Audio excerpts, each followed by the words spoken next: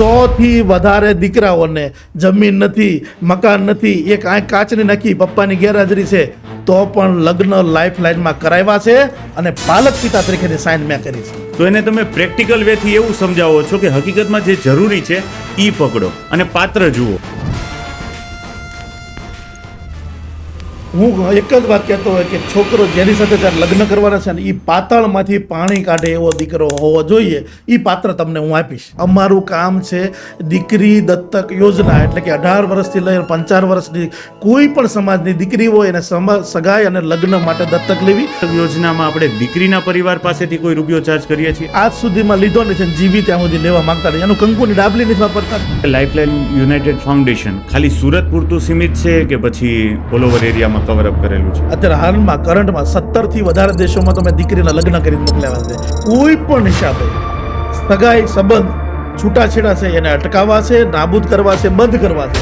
એના માટે અમારે જે કરવું પડશે એની 24 કલાક દોડવું પડશે, 24 કલાક દોડશે.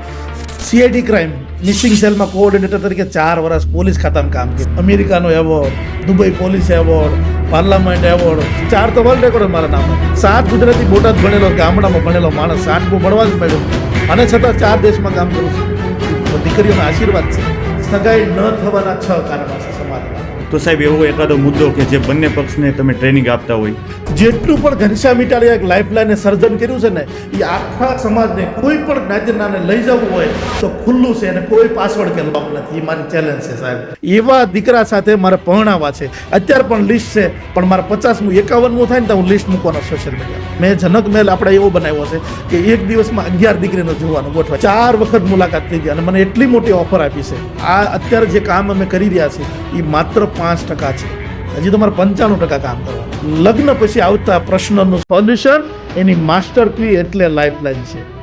સાહેબ એક લાઈનમાં કેવું હોય કે ઘનશ્યામ ઇટાલિયા કોણ છે તો તમે શું કહેશો? કોઈ પણ જ્ઞાતિનો કોઈ પણ માણસ આવશે એને 24 કલાક આપતો અને ફરતો હરતો ફરતો માણસ એટલે ઘનશ્યામ ઇટાલિયા.